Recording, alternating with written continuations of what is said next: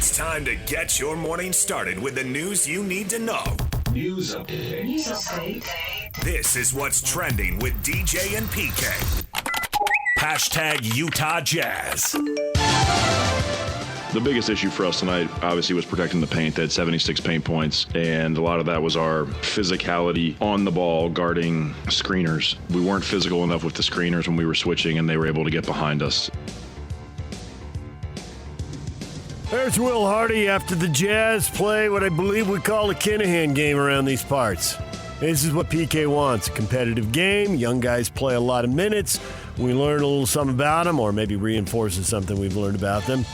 And then they lose on a shot in the final minute or so. In this case, a missed shot right at the end. So, PK, you got no complaints, right? 121-119L, working the draft pick, and Isaiah Collier, Ace Bailey, Cody Williams. You get to see something from those guys. Oh, I got major complaints, my good friend. Oh, brace yourself. All right, what do you got? This is the worst trade the Jazz ever made, getting rid of Jock. I mean, he took it. He had so much anger at the Jazz. I'll show you. You let me go. I could have been one of your all-timers, but you wouldn't give me a chance. You didn't believe in me. You jettisoned me. And then he came back with a roaring vengeance. That's what I love. I love vengeance. And my man, Jock.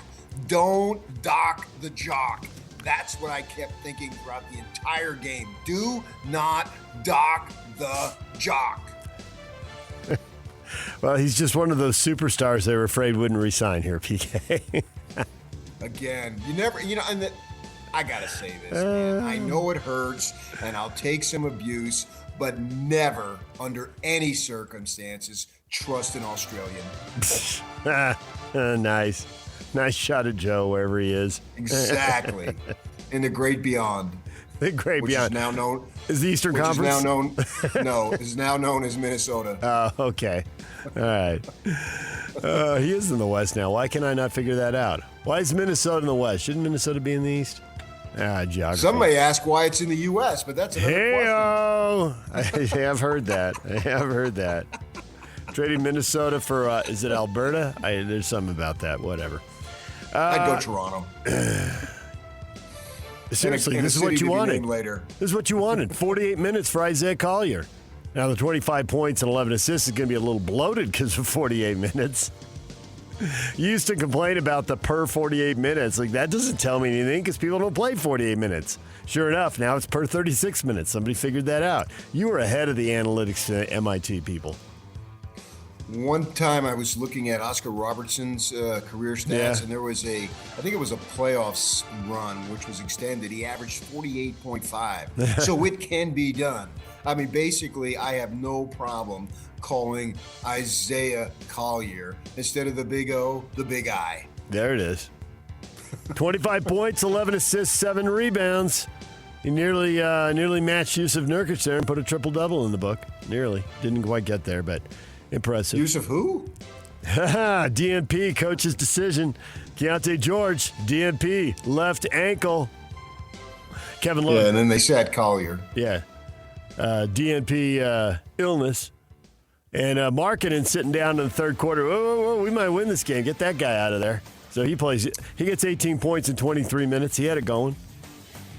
Yeah, and obviously they want to lose now. It becomes even more imperative, and get your thoughts in the following segments on the trade because they can't afford to win these games, clearly, especially when they got a schedule that's going to go up against a bunch of other teams. I think now with the trade deadline come and gone, we have increased the number of teams who want to tank. Yes. Not decreased. Agreed. And so that just adds to the pressure to lose games, because if you can add and get lucky in the lottery, man, all of a sudden, wow, look at what you got next year.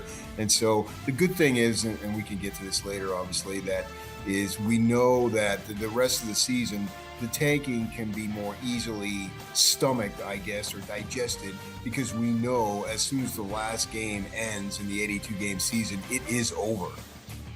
We suspected it. We expected competition next year, and Tim Lacombe came on and expected real competition next year. But for the people who didn't believe us, you got to believe now with the trade. I mean, it's clearly on. There's nothing left to argue about. And if anything, it's trying to anticipate what moves come next and what will the lineup look like next year. There are scenarios where the competition for minutes at some of these positions could be intense.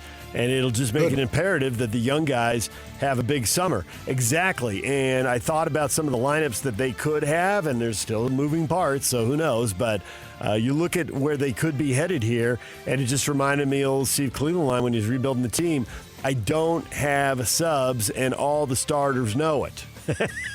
And you're not going to have bench eye. And you only want that to a little degree. You don't want a big degree so that it erodes your confidence. But you want to know if you got to do it right. And if you're having a bad night, you're going to give somebody else a chance because there's a bunch of guys over there who might be able to do it. And that's the advantage Will Hardy should have next year, barring something catastrophic. It looks like he's going to have that next year. Yeah, you want to have a competitive training camp. You want to have, particularly at the college level, because you have more practices. You want to have a competitive practice each day because obviously that's going to make players try their very best at all times, and that's how they're going to improve. Yep. It's the same thing at the pro level. Orlando is over 500. That's the Jazz' next opponent. They are scrambling for a postseason position. Where will they land? I suppose they could fall out if things really went poorly, but it doesn't seem to be how things are heading for them. So expect Jazz to be missing a lot of players, and we'll see what they do tomorrow at 5 with a pregame at 4. The Jazz did officially waive Lonzo Ball and Chris Boucher, so, whatever, okay. Adding second-round picks, you guys go find a spot wherever you want to be. Thanks for playing. There you go. DJ and PK.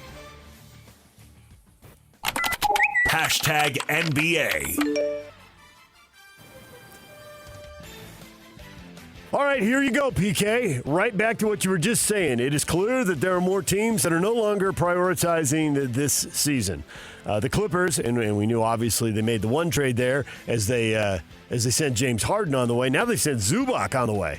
Zubac and Kobe Brown to the Pacers for Bennedict Mathurin, Isaiah Jackson, 2 first-round picks. The 2026 pick Indiana is sending over is top 4 protected, and 2029 is unprotected.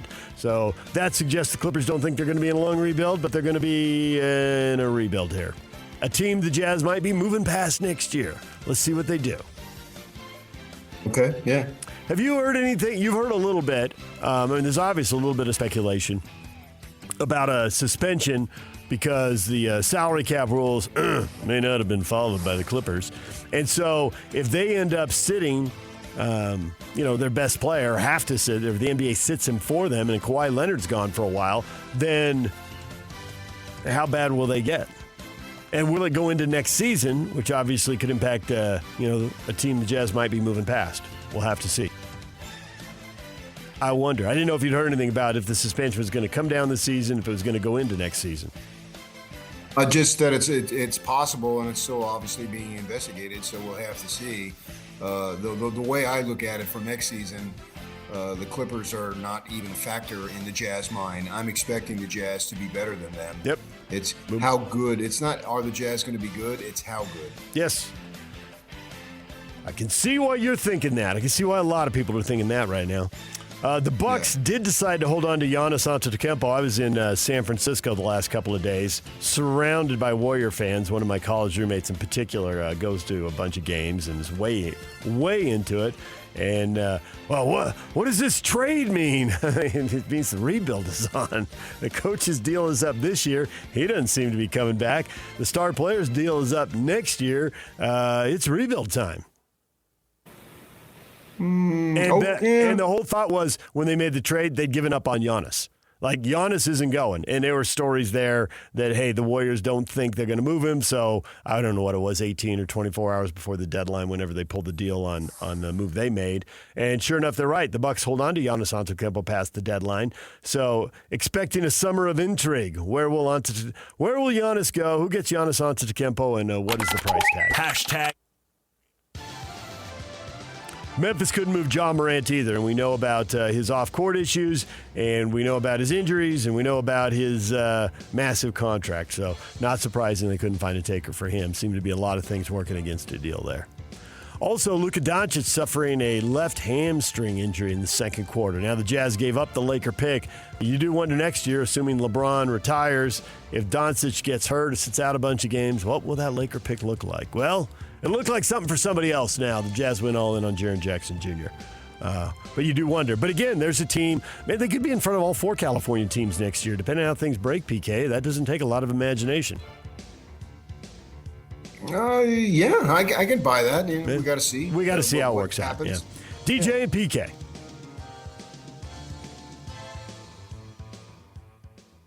College basketball. Man, I saw this story while I was gone, and I want to make some phone calls on this. UVU's not paying the WAC $1 million to leave. Is that because they think, hey, the WAC's breaking up and we're not giving you money? No. In the Pac-12, that broke up, and there are only 2 teams left, but those 2 teams wanted their money, and they went to the mat to get it. UVU, not paying the money.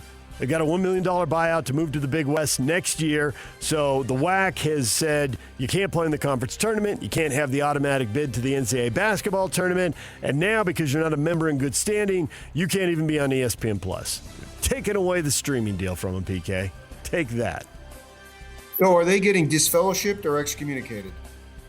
I would say originally I would have categorized it as disfellowshipped when you can't go to the conference tournament. But excommunicated, you can't even be on ESPN Plus. Taking away the streaming platform, man, that's another step. Suppose they go to the conference tournament, what's going to happen? They're not going to let them play. Well, they can still go. They're not going to let them play. I guess you could go. Still go. You want to go and buy a ticket? Okay, they'll take your money. I'm sure they'll take their money. They did beat Abilene Christian 68-55 here as they apparently play out the season. Yeah, the dearly departed Jazz twin brother, I believe. Taylor Hendricks' brother had a big game. A lineup of games. If you want to watch local college basketball teams, the games are spread out. It starts with Utah at number 11, Kansas at 12:30 on Fox. Kansas finding themselves, PK. That could be rough. I would suspect it would be, yes. Yeah. UT Arlington is at UVU at 2 o'clock. That Ute game is on Big Fox. Utah State's at Wyoming at 6 o'clock on the CBS Sports Network. I wonder how long before the Aggies go back to Laramie with those 2 in different leagues going forward. Never. Coverage on 1280 begins with Scotty G's pregame show, 5:30. Tip-off at 6. CBS Sports Network has the TV. And then 8:30, ESPN, number 8 Houston at number 16 BYU. Well, we talked about if they lost at Oklahoma State, then the pressure just grows. So, they lost at Oklahoma State, and here we are. How long will the streak stretch out? The offensive onslaught by 2 teams that have played BYU, and we had the offensive chance continue. Yep. Now I want to see something defensive. I've had enough of offensive. Now I want to see defensive because Houston is going to guard you like crazy, and if you don't return the favor, they could potentially smoke you like they've been doing. Yeah, so in the last 5 games, BYU's given up 80 points or more 4 times, and they've lost 4 games. Guess which 4? You can pretty much figure that out. 2 in a row over 90. Yep. DJ and PK. #NFL. Matthew Stafford named the NFL MVP. No surprise there. The coach of the year goes to New England. Mike Vrabel, plus 10 in the win column. Ties the NFL record. They are playing more games, but nonetheless, an impressive turnaround. I think there were other coaches there had really good years, but they didn't come from as far up the track. Horse racing reference for you, PK. They didn't come from as far up the track as New England, so Mike Vrabel gets the coach of the year. Understandable. Yep. Super Bowl kicks off Sunday, 4:30, NBC. Seattle favored by 4.5. I'm sure we'll get to this coming up as well and spend more time on this, PK. But Seattle is the favorite. I get it. I don't know many people who think New England is going to win unless they have a New England tie.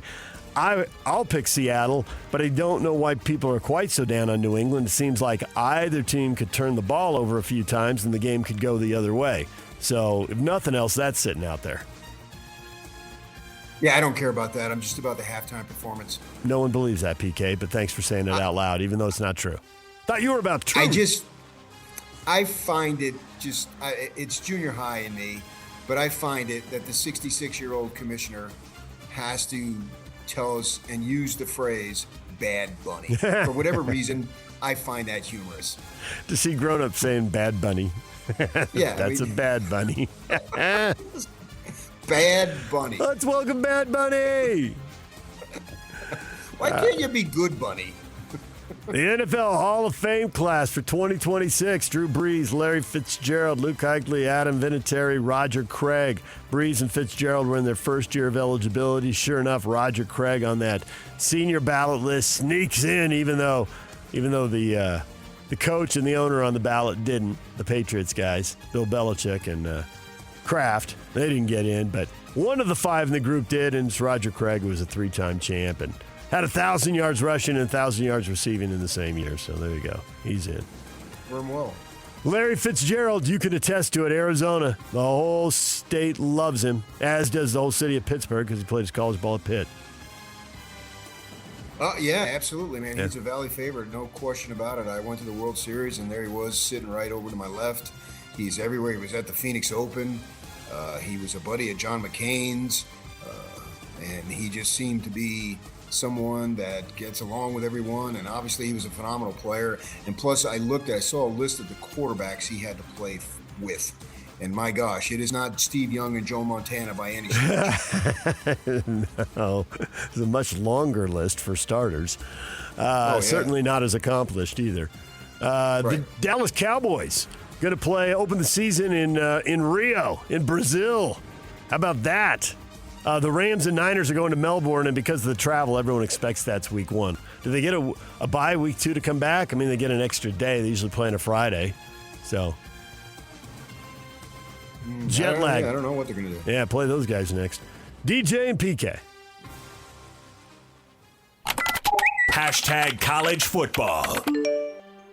$1 billion. The SEC distributing $1 billion to 16 schools for the 2024-2025 fiscal year, which ended last August. The total jumped more than $200 million from the previous year. Obviously, they added Texas and Oklahoma. $72.4 million per school, up $18.6 million. So you got more money. Now spend it wisely. Good luck with that. The LA Bowl is shutting down after 5 editions of the game at SoFi Stadium. Nobody really wants to go to SoFi for a bowl game. I guess you couldn't get big enough teams to really entertain LA. So there you go. All over. That one's going away. DJ and PK.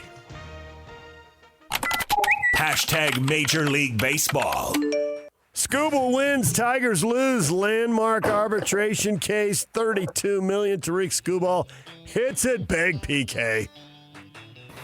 Yeah, Yak and I were talking about this yesterday. They signed Detroit signed the Houston left-hander Valdez to something that was slightly more. And so we were talking about this, that once we saw that, there was no doubt in either of our minds that how this was going to go. The kid from Kingman, Arizona, was going to win the arbitration case.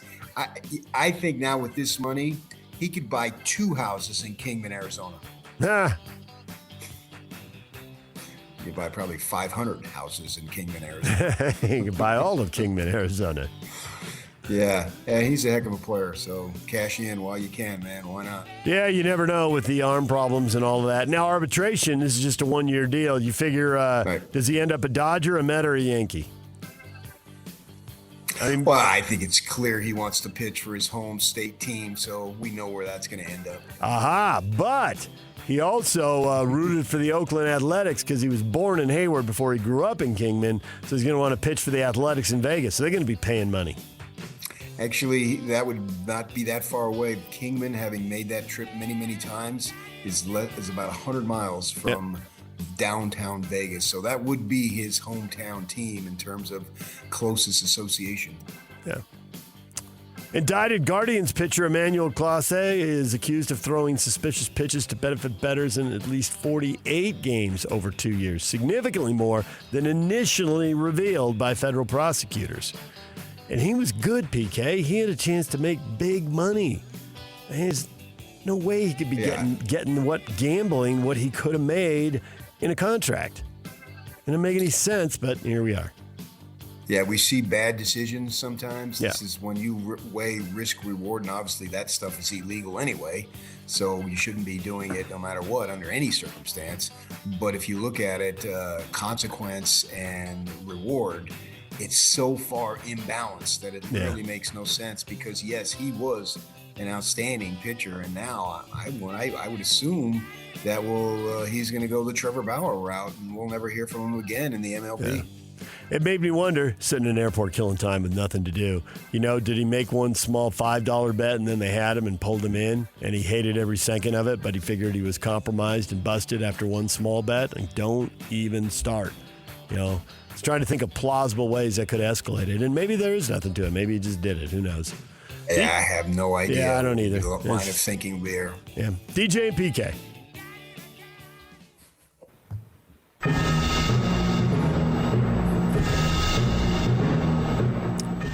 The Milan Cortina Winter Olympic Games. Oh, we got the opening ceremonies coming up, right? But the hockey, due to a number of games and rinks and availability and all that, hockey has already started. USA women's hockey beats we call it Czechia now, not the Czech Republic. They go by Czechia. Czechia gets hammered 5-1 by Team USA women's hockey. So there you go. Starting off the games with a W.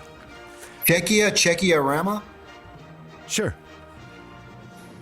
Olympic opening ceremonies later tonight. Gear up. If you love parades, this is about as big a parade as you get right here. The whole Parade of Nations to kick things off. Slacker Radio Headlines brought to you by Trajan Wealth. Call Trajan Wealth today, your local trusted financial fiduciary. Call them at 801-210-6800 or visit their website at TrajanWealth.com.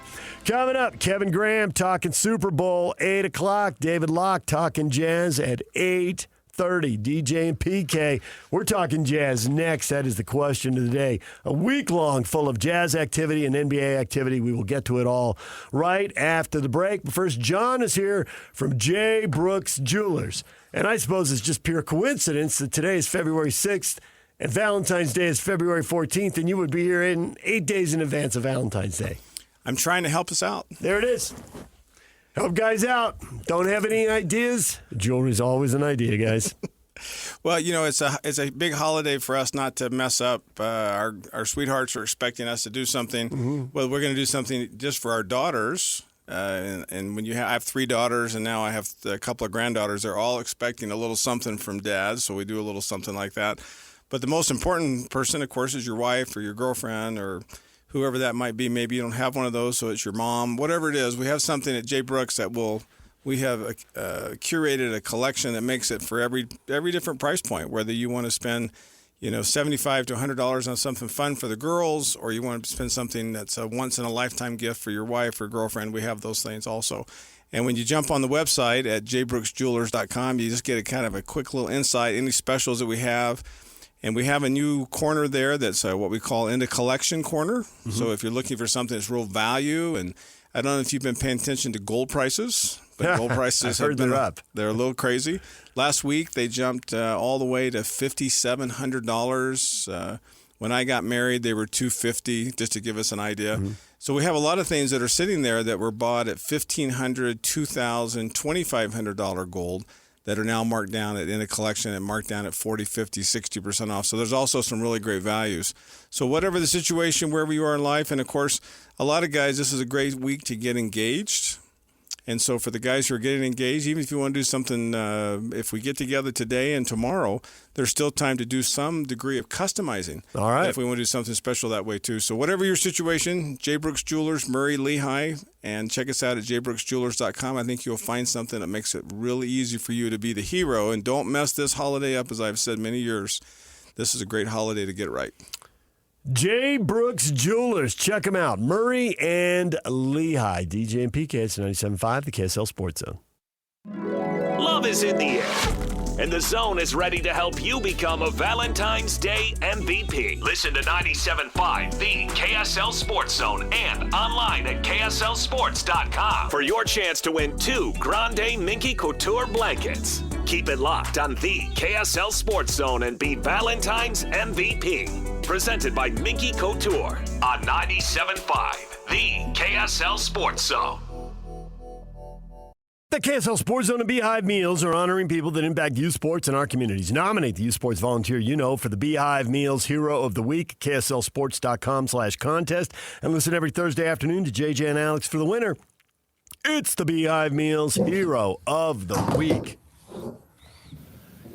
PK, the Utah Jazz had a busy week. Players coming, players going. You got the question up at Facebook. What is your evaluation of the Jazz moves this week? I thought, Steve, I like the way he started. First two words, like them, exclamation point. I would go with like them, not love them, but the exclamation point is because I really do like them. I just feel like there's a lot of moving parts still to play out before I declare I love this, but I could easily see it working out that way. But what I really care about is what's that lineup going to look like on opening night, and how is it going to stack up with everybody else? And there's just so many question marks in that area. This move was clearly made not with this season in mind, but with next season. But I think this is a big step in the right direction. And, I mean, we've talked basketball for a long time. And I remember you saying once, we had it was when who's better, Magic or Stockton was a thing. I were in a room and you pointed at me and you go, he's always going to pick the bigger guy. And I looked at you and I was like, yeah. That's going to be true 99 times out of 100. I mean, I'll pick Steph Curry. I'm not a moron. So, okay, he's the exception. But, yeah, I'm going to pick the bigger basketball team. Now, they haven't re-signed Kessler yet, and we can get into that. We'll just set that aside for a second and get back to that. But the fact that they could have Kessler out there and Jackson out there and Morkinen out there, and you're going to sub. You could always have two 7-footers on the court. And then if you're playing Ace Bailey or if you're playing Cody in there, you got another long, athletic guy who might be swooping in from behind and blocking shots while you're trying to negotiate a 7-footer in front of you. The only time I've seen a team really run out 3 7-footers and play them big minutes together was when the Lakers beat the Jazz in the playoffs 3 times in 4 years in the Darren Williams, Carlos Boozer era. That size, that was a very skilled Jazz basketball team, but it wasn't the biggest or most athletic. And the Lakers were. And you saw what that size and athleticism did. And I think those 3 guys are not only big, I think they're athletic. So the thought that could be the starting line, we got to see how it plays out, I know. Contract negotiations and restricted free agency and all of that. But the fact that they went out there and that's what they value and that's what they were able to go get, man, I really like that. And you know from talking to me for 20 years what I was going to say. He's going to go for the bigger guy. He better not reject that 7-foot lineup now. Yeah, the Lakers had another guy. I think it was Kobe Bryant too. So they did. He was pretty good. Yeah, right. So you can have you can have 8-footers as long as you got Kobe Bryant. You got a shot to win. I think that this move is a 10 out of 10. There it is. I'm going Bo Derek. As Bill Frieder's assistant said, if you think Bo Derek is a 10, you should see this guy. And Frieder, who was one-minded type guy, said, forget about this guy. Go recruit me Bo Derek. He thought Bo Derek was a man. So it's a great line back Bo in the Derek, day. Bo Jackson, right? He must be a player. I haven't seen the kid, but he must be a player. Bo Bichette for the another Bo. Nice, yes. Now. Yeah, so the reason why I think it's a 10 out of 10, it's not, I want to say, has nothing to do with Jaren Jackson, because obviously he's the centerpiece and the moves that they made, everything is around him, right? Yep. The reason why I'm ecstatic about this is because we've endured 4 on purpose losing seasons. Yep. And now we are done with that. Now we still got 30, 29 games, whatever it is to go now. But that's fine. They have sent the message. A new pope has been elected. Smoke signals went up. And now we're done. We will be winning as much as we possibly can. So the overriding message that is being sent supersedes to me the individual players who have come, players who have gone, draft choices who were acquired in prior years, draft choices who were used to be acquired players this year that have left the organization as far as having that asset or those assets available to them are all done. And this is Austin Age being extremely aggressive and going for the opportunity to win. If you are a fan, and the majority of our listeners are to one degree or another fans, or else you probably wouldn't be listening, you want your team to try to win. That is the essence, whether it be high school and you can go into little league and all that stuff. You want to win. The intoxication of winning is a drug that cannot be purchased, but yet we've all experienced it at various levels, whether it's through individual hitting a good golf shot, or being, even if you're on a rec softball team, whatever it is. The intoxication of winning is universal, and the Jazz fans have not had that for 4 years. Once you become a sports fan, you are guaranteeing yourself heartbreak. But it's like getting a dog. You know the dog is going to live 10 years. That dog is going to love you in a manner that you have never experienced before. And every single day is a great day to the dog when he sees the people that love him. And then at the end of the 10 years, it will be an awful state of departure. So you buy into that. And the Jazz, they have not been able to buy into the good times, Jazz fans I'm speaking to. Now, going forward, I don't know to what extent the good times are going to happen in 26, 27. None of us do. But we do know from heretofore, as they say in gobbledygook language, that at this point on, this team is trying to win. Every move is going to be dictated with the premise of winning, and when winning, winning now. That's why I elevate this to a 10 out of 10 under the circumstances. If you would have said that this was a good team before the Boozer and Williams era when they were good, and even most recently with the guys that they brought in Bogdanovich. Okay, well, on his own, Bogdanovich was a decent player and he fit in well. I wouldn't have said that was a 10 out of 10. No, he helped them and he was a good player. Good, made the team better, but we didn't go crazy. The reason why I want to go crazy is it goes beyond Jaren Jackson Jr.'s playing ability, which is substantial.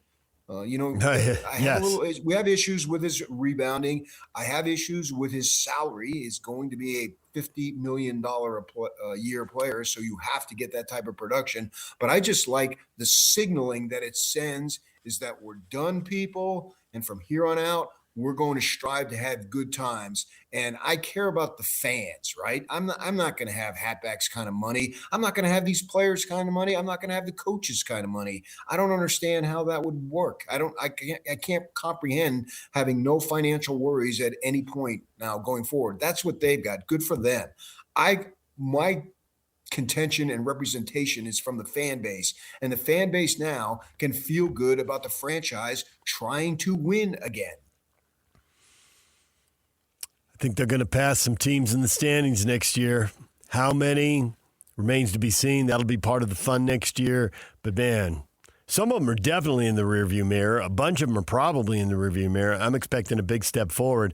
The only disappointment in this is that all that debate about we could have had about whether I'm shooting too high with 40 wins or Tim's shooting too high with 45, we're all going to have to recalibrate. This roster looks like it's going to be a lot better next year. And we got to figure out what the West looks like before we get too crazy about this. But the arrow is way up.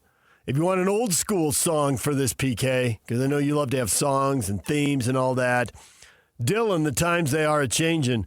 But if you want something more recent, something the kids are listening to, I don't want to go with the song that's hitting the charts from Gunna featuring Burna Boy. I don't really want to get into that. Yak probably knows all about that. Yak's rolling his eyes like, you're not really going there, are you, DJ? No, I'm going to Morgan Wallen. I'm going country for PK. Doesn't he have a song out? I Got Better. The Jazz just got better. To me, all my music is wrapped up in one artist, and of course, that is Billie Eilish. That's the one that I am excited about. Okay. And for the Jazz, they can, if they got to go over the cap now, everything that's involved in winning, and we know the parameters for winning, right? They're all out there. Right. We understand what winning teams do as far as the finances and all, and what is required to win. Right. We have a basic idea, the premise of winning teams, what it costs and the investment that you will make. And now they're going to do all of that. I know.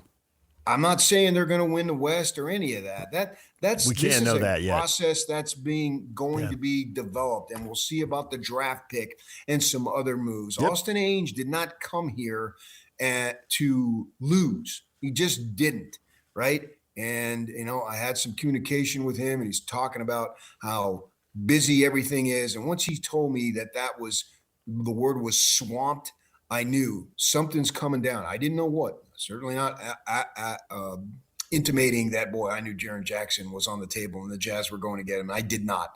But I knew that, all right, this is an aggressive, young, basically, I don't know what his title is. I just call him general managers. He's a young, aggressive guy, and he is a brilliant basketball mind. I can speak to that through discussions in locker rooms and on the court and on the phone and at airports back when he was in his early 20s.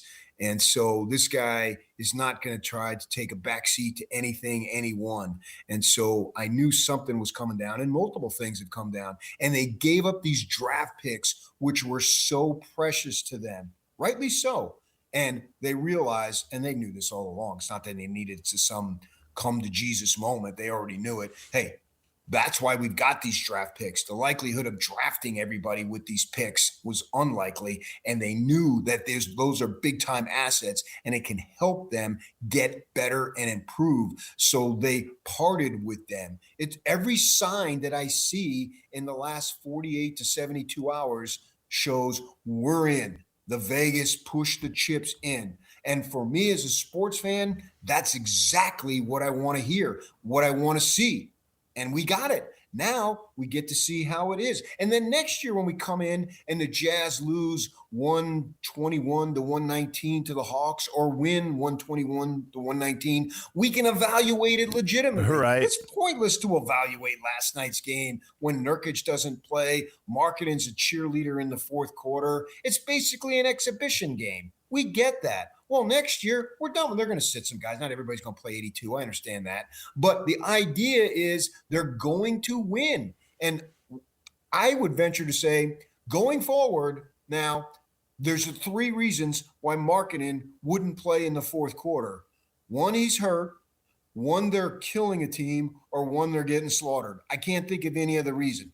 And as a fan, that's what I want to see. I'm a fan of competition. Now, we had competition last night. I'm not saying we didn't. All those guys on both teams were balling as hard as they could. So that was plenty fine for me. But I can't speak to what Atlanta's trying to do because I don't know and I don't care. But for the Jazz, we know what they're trying to do. And we know my Markkanen was over there not playing. Well, that's over, man. That leads me to have so much excitement that I'm eagerly underline that, anticipating the 26-27 season. DJ PK, it's 97.5, the KSL Sports Zone. More on the Utah Jazz and their future with David Locke at 8:30. We're talking Super Bowl. Kevin Graham is here at the top of the hour, 15 minutes away, right here on the Zone. Join Scotty G today, noon to 3 at the Grill, 2264 South Main Street in Nephi. I was talking to him about that. He goes, yep, the freezer's getting empty. So he's down at Bar WB. If you can join him today, noon to 3. PK, big game Saturday night. BYU and Houston, number 8, number 16. Momentum can change quickly in college basketball. The Cougars had it. They were rolling. They were flying. They've lost 3 in a row, and 4 out of 5, 3 of them to ranked teams. I know it doesn't feel very good right now, but it can turn around if they can defend, because defending has been a problem the last couple weeks. Well, sure. I mean, you could say that about every team. They can turn it around if this or that, whatever the particular ailment is. It's a question of will it, can it? You can if it all you want, but is it in their ability? Do they have what it takes to be that at least some form of resistance? And the early part of the game against Oklahoma State was an embarrassment of just soft, extremely soft turnovers. Come on. You can clean that up at least. And that will help your defense because anytime you have turnovers in the open court, you're obviously far more susceptible to giving up high percentage shots from the opponent as opposed to turnovers that are out of bounds. Say you charge and that's considered a turnover, but you allow your defense to get set. So eliminate those or reduce those as much as possible. Don't be so careless. Be strong with the ball. Steve Cleveland used to talk about conference play versus non-conference play. And in non-conference play, you're a little looser and you have opportunities to make up for any error or deficiency earlier in the game. In conference play, he would talk about possessions, and literally each possession has to be valued at a high level because the intensity in conference play goes up dramatically. Oklahoma State had a chance to really turn the corner on its season by beating BYU, and they did. Hence, the students and others coming onto the floor after the game. If they beat Utah, the students aren't coming out onto the floor onto the game. If they beat Arizona State, the students aren't coming out on the floor after the game. We understand that, right? And so that is what you're facing. And now you have to match that intensity, and that didn't happen. And go ahead and do it. It's not like the season will get away, but expectations then, by their own acknowledgement, they start to wonder and doubt creeps in. And what do you got? And Yak and I were talking about this yesterday, that does Devonsa get to the point where, man, I'm just here for a few weeks, basically a few months, and then I'm on to the NBA. So I got to make sure I worry about that. Richie Saunders too. Hey, I got to show well before this in front of the scouts because I'm a borderline NBA player and I got to do everything I can. You don't want that. You want that team all bought into winning this year. So each of these games, literally each possession, needs to be valued far more than it is on both ends of the floor, obviously. I get that mindset, and I get why you and Yak would have that discussion. I would have joined right in if I hadn't been on vacation. But, man, you got a bunch of guys who worked in the pros, and I can get you ready for the pros is the pitch. We've been told that a million times. You think all the scouts showing up at these games, and, man, Houston's got a high draft pick too, unless they got a couple. So there ought to be – how many scouts, Yak, have you heard? I don't know, I'm guessing 20? it'll be in the dozens because they have two players, Cenac and Kingston Flemings on Houston's side, and then you got AJ and Richie. So you think those scouts aren't going to be looking at how BYU handles the ball and how BYU defends and how Devonsa defends and how Saunders? I mean, for multiple reasons, now's the time they got to step up. And they could be coming off a game where turnovers are the issue. You know they're getting preached at. You know they're getting told you got to knock it off. And you also know that Houston is among the national leaders. They force 15 turnovers a game. So they are waiting. You're soft with the ball. You're weak with the ball. They're going to pick your pocket, and they're going to go the other way. That's how they make their living. So they're coming for it. All right, DJ, PK, we're joined in studio right now by John from J. Brooks Jewelers because Valentine's Day is 1 week from tomorrow. And you mentioned this in the last segment. If you want to customize something, as long as it's a little, not a lot, there's a chance. And also you have a lot of heirloom pieces, pieces that weren't passed down inside the family. So maybe there's something special, different. It'll really click when you see it. Just got to go to one of your two locations and take a look and see what appeals to you. And if you want to start, a lot of people like to do a little research before they come in because it is such a big holiday. It's such an important thing to get something fun that your sweetheart's going to love. Mm-hmm.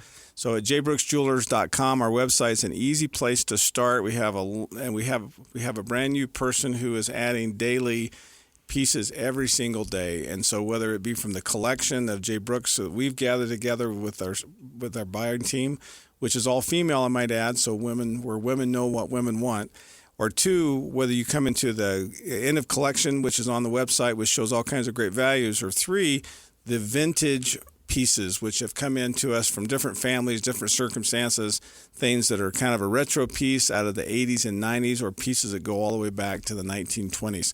So whether we want to do something that's very current and stylish, which you can, again, check if you go to our Instagram at jbrooksjewelers, you'll see that gives you kind of a little insight. Sometimes as guys, it's a little overwhelming. I don't know about you, but buying clothes for my wife, woo, No, thank you. This is why there are gift certificates. Oh my gosh! But jewelry is something that you can come in and pick and choose, and kind of once we get to know her a little bit, we also will help you. She already has this, she already has that. This would be a great asset to match with that. So once you let us get one of our stylists with you.